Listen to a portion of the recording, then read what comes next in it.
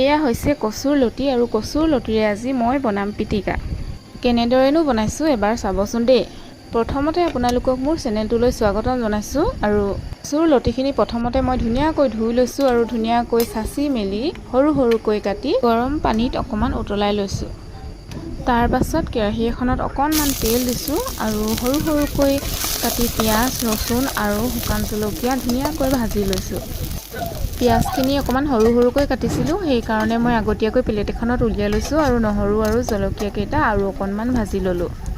নহৰু আৰু জলকীয়াকেইটা প্লেটখনত উলিয়াই লৈ মই সেই একেখন কেৰাহীতে আৰু অকণমান তেল দি দিছোঁ। তেলখিনি গৰম হোৱাৰ পাছত মই মিহি মিহিকৈ কাটি থোৱা এটা পিঁয়াজ তেলত দি দিছোঁ। তাৰপাছত মই কচুৰ লতিখিনি দি দিছোঁ তাত। তাৰপিছত ধুনীয়াকৈ লৰাই লৈছোঁ আৰু তাত মই নিমখ আৰু হালধি জোখমতে দি দিছোঁ। দি লৈ ধুনীয়াকৈ লৰাই মেলি তাত নেমুৰ ৰস চেপি দিছোঁ। তাৰপিছত ধুনীয়াকৈ সিজি গৈছে।